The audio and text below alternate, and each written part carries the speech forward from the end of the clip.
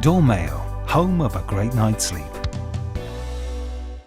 Carol Boyd, who voices that, I worked with recently, and I was like a real sycophant. I said to her, I even chose a book to give birth to that had your voice on it because I found it really calming.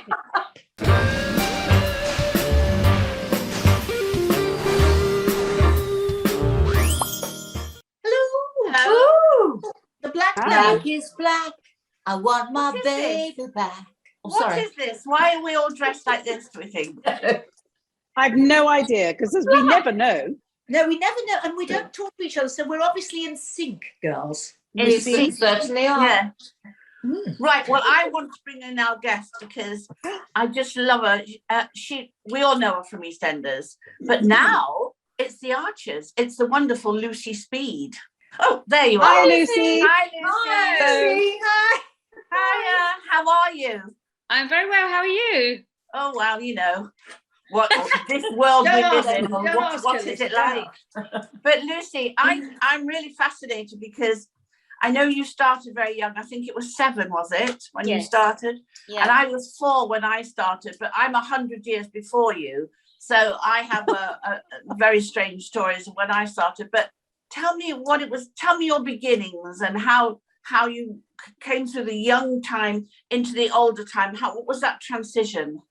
Well, I just went to a normal little babies ballet like most girls do locally, and we had a really amazing teacher called Mrs. Wilde, Monica Wilde, and she was an old Tiller girl, and wow, and your archetypal ballet mistress that was scary, and anyway, she had delusions of grandeur one year from this South Croydon ballet school, and wanted to sort of get agents, which I went to an agent called Wendy Wisby, who people might know.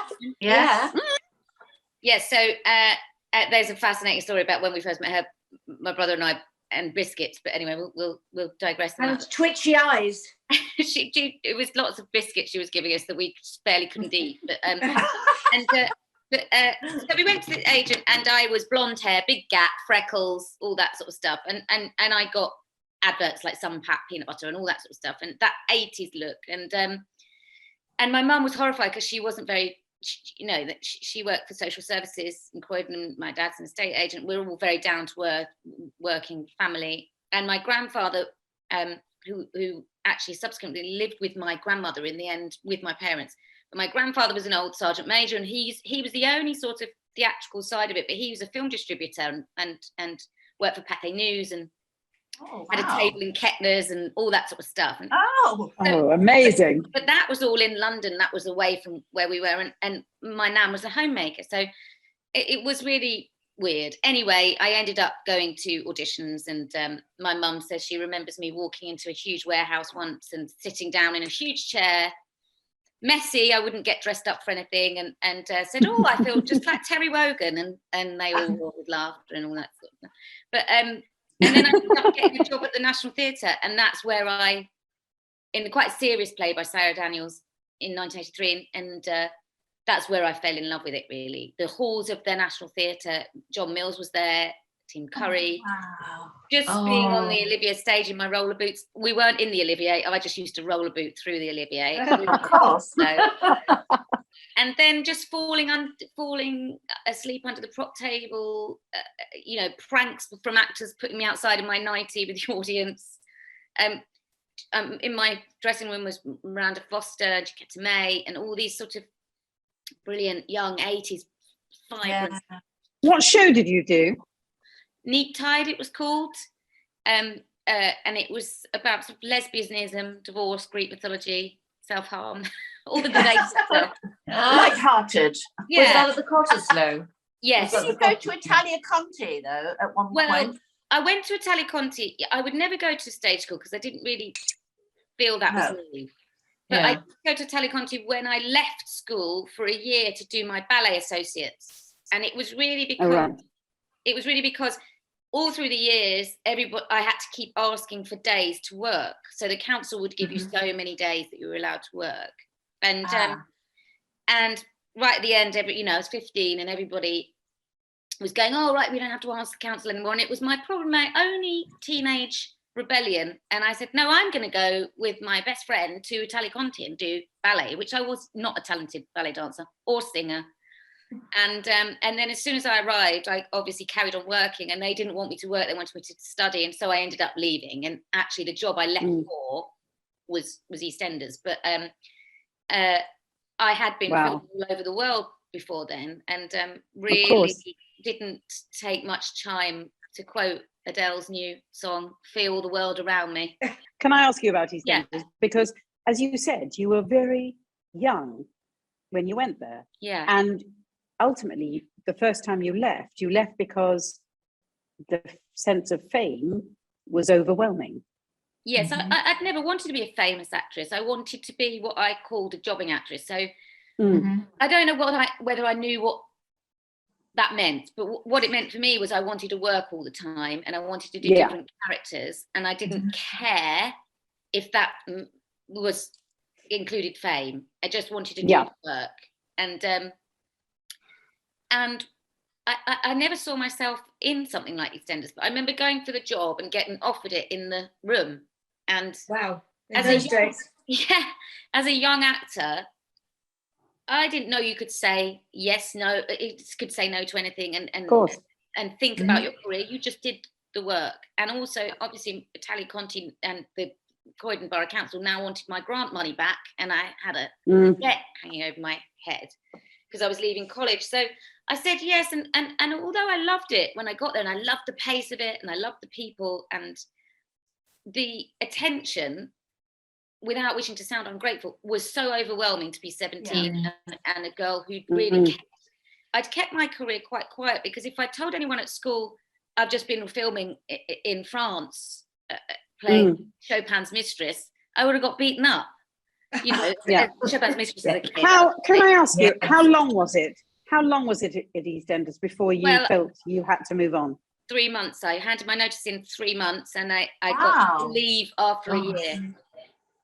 Amazing. So as soon as I came out, went back, didn't you go back? About 5 years later, after doing lots of jobbing actress jobs and not so many jobbing actress jobs, and trying to keep the mortgage and realizing that EastEnders wasn't going to go away, Ross Kemp rang me up and said, would you come back? And I said, I'm ready to come back. And actually I felt like I needed to embrace it for what it was, to come back as an adult and see this thing that was now so much part of my life, and was clearly always going to be part of my life, and I sort of needed to own it. And so I went back to reclaim that part of my life, I suppose, and then I stayed five years after that. I knew I'd have to make it work, because you can't just go in and out and then come out and work and earn money. So I knew that it would have to be a hit of time. And also, when I left, the character really had nothing left to give. She was a grounding character. She wasn't really a character of, you know, the big storylines. And I was happy with that. I was happy to not do the interviews, to keep it just as my work. And then I left. You're a very grounded person, though, Lucy. You seem very grounded. Tell me, how did you get into writing? Because you and I have met through a mutual friend, and you wrote a story about my mum, about World War II, and about her coming over on the kinder transport. But and your writing, Lucy, is just beautiful. It really is. It's inventive. It's different from a journo, and talking to you was different for me than talking to a journalist. It was just beautiful. That. Thank you. I always wrote when I was a kid, and I used to write a lot of poetry. And of course, I suppose maybe that's the actress in me. I was really, really devastated by homelessness or anything that I saw. And what I would do would write a poem, and I'd put it under my mum's pillow. And I've always really enjoyed words. And I suppose educationally, I quite liked art and English literature and language. And that sort of left me when I was kind of doing my own thing, acting. And I think my confidence as well, because I left school at 15, I wasn't. And as a child actor, I think you might all understand this, that you kind of, I was trying to be professional, so I would be in the corner. So I was never somebody who felt like my voice could be pushed forward. I just thought I was told, I would be professional, and I would try to be good at what I did and stay out the way. So keep out the way. So pushing myself forward and doing the writing thing has always been really personal. And then my friend Sally Rogers, who's just the most divine woman and actress in the world, always used to say to me, I want you to write. And we wrote some stuff together, which was funny and very un-PC. Lots of female stories and obviously lots of sort of camp characters. And she's continued writing, and I sort of left it behind. And she's always said, you need to write. And then, funnily enough, Sean Kane, who does County Magazine, asked me if I'd be interested in interviewing. Who was the first people I interviewed? Earth, Wind and Fire. Oh, wow. Wow. And I did. And then I interviewed some other people. And then he obviously knows about my my fascination with World War II, and he said, you've got to interview Debbie because this story is amazing. And and I love that element of being able to put a creative thing, because I think we always look at everything from our own point of view, and books and reading people's stories have been literally my life. I wait to get to bed at night so that I can immerse myself in a book or an audio book, or in fact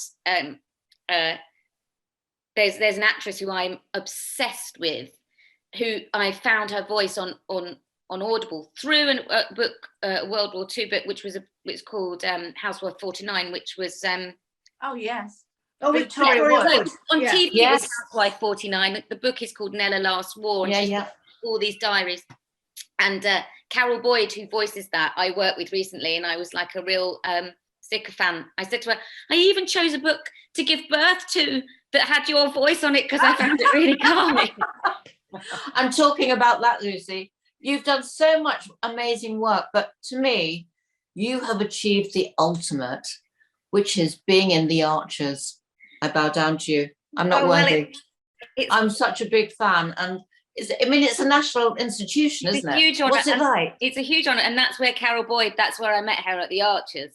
And but it was really crazy that they kind of came to me and said, do you want to do this role? And I was like, God, yeah, because I loved radio as a kid. I used to say to the agent, can I do radio rep?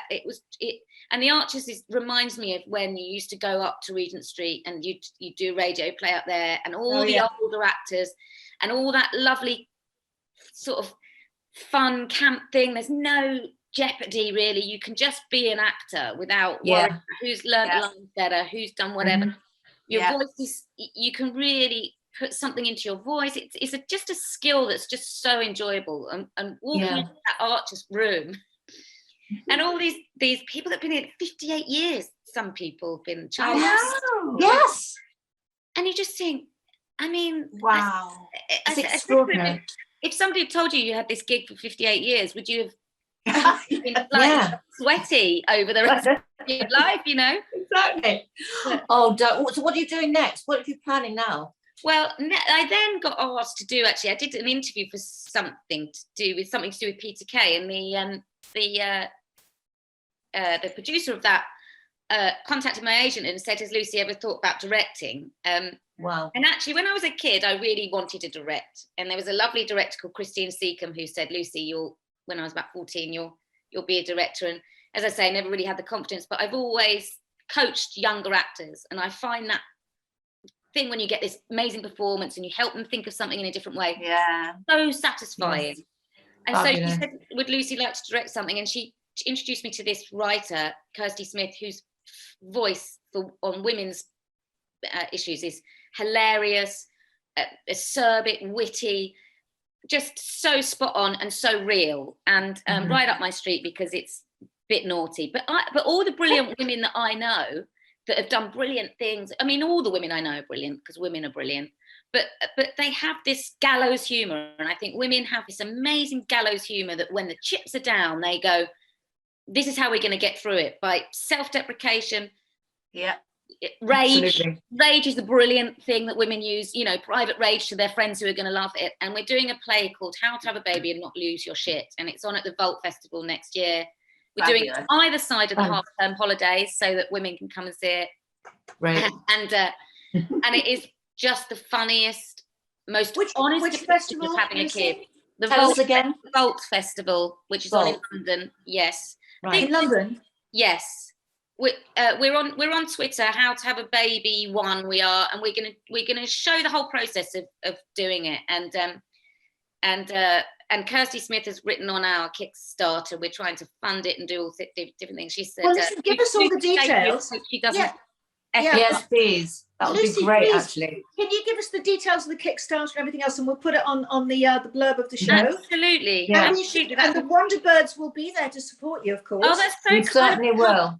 You ladies would love it. It's right up your street. It's so And cute. it is. Can't imagine. Thank you, I've not darling. cast it yet, but we'll see. That's going to be So, weird. so what's Lucy? What's the Kickstarter campaign called? You have to offer different sort of prizes as Yes. well for it. Yeah, you do. Offering different rewards, darling, as they Yeah, say. yeah. I said Yeah. to you that I would lie myself down on the casting couch as of the good old days. But nobody wanted that. So I think we'll just have to do sort of signed books and Q&As and things like that. But Absolutely. as soon as I have that information, I'll pass it on. Thank Brilliant. you. Thank you so much, Lucy. Well, thank you, Lucy. Thank you for coming. Thank you, wonderful women. Thank you. Not We at love you. all. And we'll Love see you you soon. And come back soon. I'd love to. Thank you so much for having me. What a privilege. Thank you. Thank you. Bye, Lucy. And for us too. Bye. Bye. Bye. Lovely, lovely guest. Yeah, Really lovely guest. And now we have another lovely guest. We do. Stephen Murphy, come in. Hi, Yep. Steve. Hi, Hello. Stephen. Hello, Lovely to all of see you. you. You're How looking are very you? stripy, darling. Very You're- stripy. You're all looking impossibly glamorous. Well, We're very black, aren't we? We've got the black. No, men you're on. all. It's like it's the evening shift. No one told me. I know. It does feel a bit like that. so You Steve, do. tell us, what is going on in the world of TV and film? Yes. Come on, tell us the gossip. Well, I'm here to tell you. Yeah.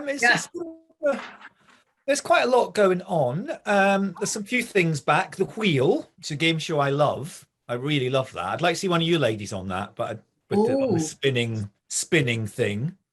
With Yes. doing your expertise. The Wheel's back on Saturday. Who's the presenter, Stephen? It's Michael McIntyre. Oh, it is. I remember. Yeah. Yeah. And then he has a selection of celebrities who've all got Yeah. and then you have to pick a celebrity when you get a subject, and sometimes Oh, they're quite lovely. good at it and sometimes they're not, so it's quite good fun. Something which is really fun, which is next Thursday, is on Channel 4. It's Miriam Margolyes and Alan Cumming in a camper van touring Scotland. What more? Oh, What more my could you Oh want? my goodness. we might have a little picture of it, I think, of that one. Sheer perfection. That's, oh Um, my God, I am a mad Alan Cumming fan. Oh, Wow. wow. Oh. There they are. Wouldn't Oh, you like how to be on that trip? wonderful. So there, because Miriam Margolyes' father was Scottish. He's from Glasgow, from the Gorbals, from my is he? neck of the woods. So that's all going to be very interesting, I think. And next Friday, no, I'm telling you now, it's nearly Christmas because Children in Needs come round. That's Already. I always think that's like Oh, the yes, gateway it's to Christmas. Friday, isn't it? Yeah. You know, it's nearly Christmas when Children in Need comes. Yeah. So there's loads of stuff around that in the week as well. There's special DIY SOS. There's a special university challenge, loads of stuff around it, and of course all the normal stuff on the night with sketches and stuff like that. What's So that's DIY SOS? Which one is DIY that? SOS is where they go in and fix something for someone. As a sort In of- the house. That sounds exciting. or Well, build no, a it is shed, actually, or because you know, they sort do of up fix up a houses. They do up Yeah. houses, don't they? And Yeah, I've things? never Yeah, seen people- that. or fix up a community centre, or you know, someone is Mm. having Oh, a I tough time, they see, sort yes. out their kitchen Okay. or whatever. It's one of Sounds those. good. Always a little bit weepy towards the end. It's one of those ones. Well, of course. Yes. Yes, very I late. always remember. Yes, that was brilliant, wasn't it? That's It's a when bit it all more, started. isn't it a bit more moving? Yes, Isn't it a bit more yeah. moving than It's changing all the, rooms? yeah, all the people that they're kind of doing it for very needy causes. People have had a hard time or whatever, giving them Oh, something good. So it's not. It's that's one of those. lovely. Yeah. It is one of those weepy ones. Lovely. What else do we Yeah. have? Well, I'll tell you what there is, because I love a bit of this. There's one of those sort of on Amazon Prime. I think today or tomorrow it comes up on Amazon Prime. Is one of those documentaries where they really go into something. You know, a bit like Tiger King type thing. And this one's about the Chippendales. In the Oh, wow.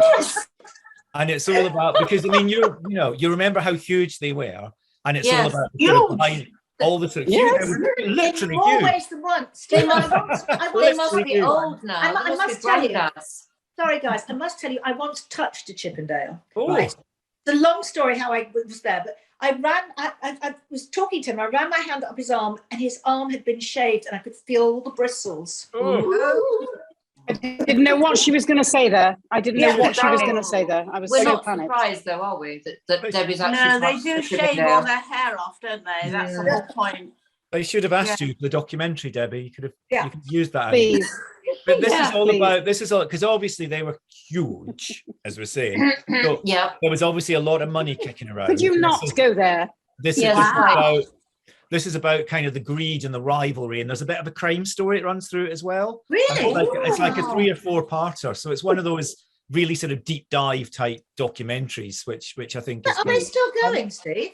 I think there's a theory. I don't think it's the original ones. No, but they they're would not be dear. great called the roundups. Chippendale. They're not called the Chippendales, are they? They're called something else now. Yeah, there's quite, they came back a couple There's of other years ago. groups. There's Yeah, other there Gary groups now. knows.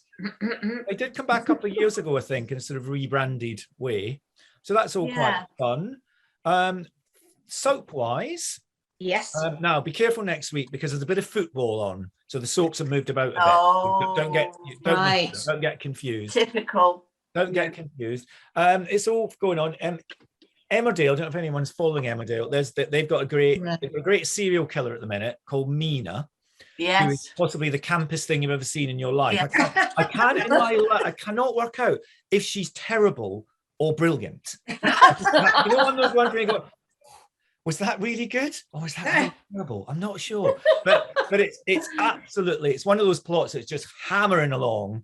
It's a proper kind of shout at the screen type plot. So she's sort of like she's does bad things next week and then she gets saved. She's one of those sort of serial killers. She gets one of those women who gets obsessed by men as they do in soaps and then does terrible things because of men as they like to do in the soap. So she finds she sort of becomes a little bit obsessed by this guy Billy in the village because he comes to her rescue next week and she's suddenly oh my hero. So she thinks that he's her hero. So then I think possibly someone might get in the way of Billy soon and they might come a cropper. So it's one of those type plots, but it's really great fun, this plot.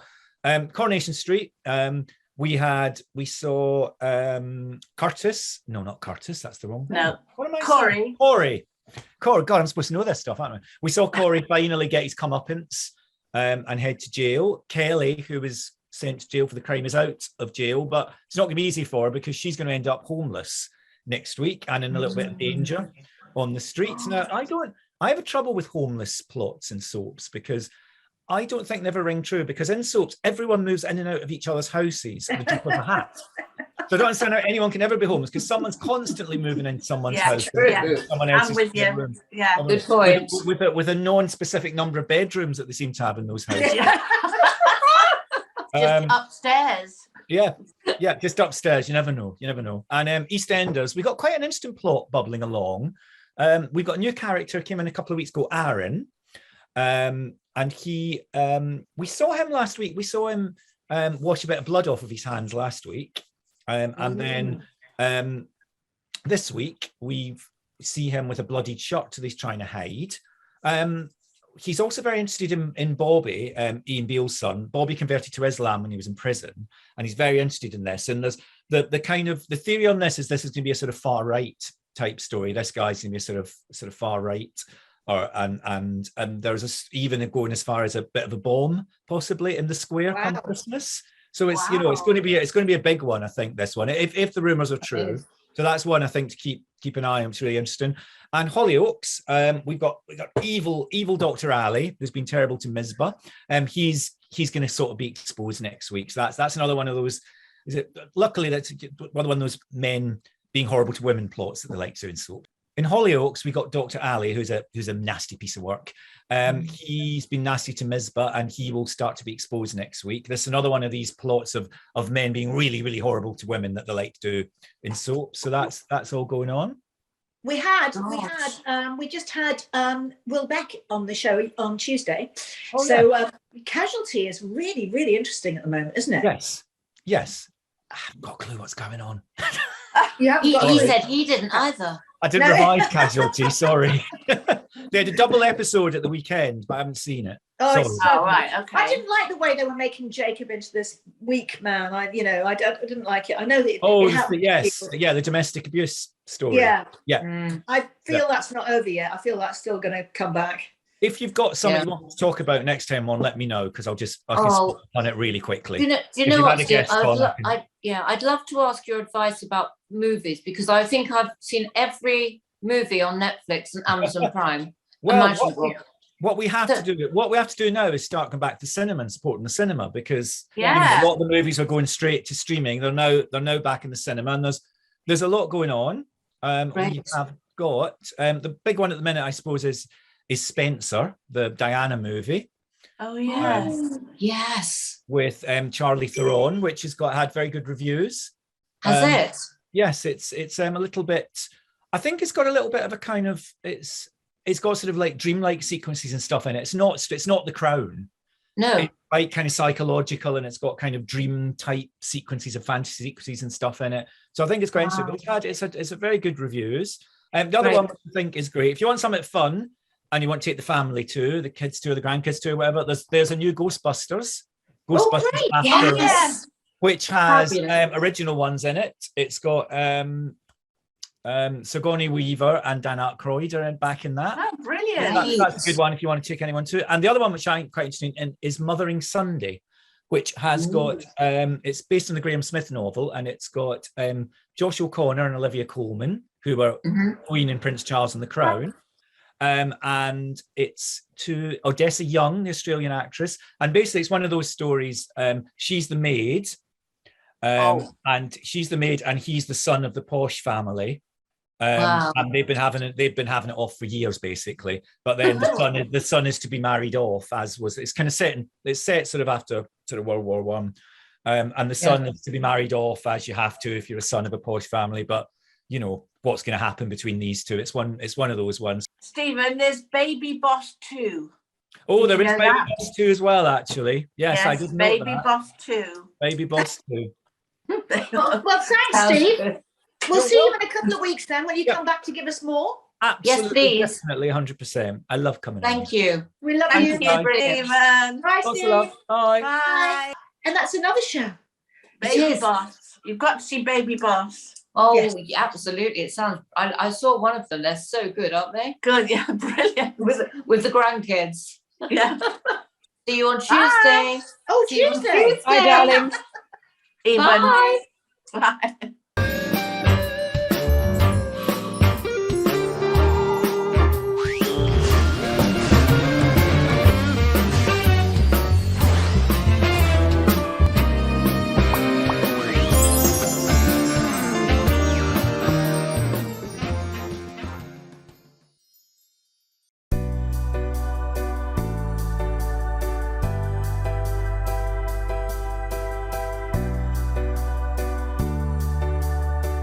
Dormail, home of a great night's sleep.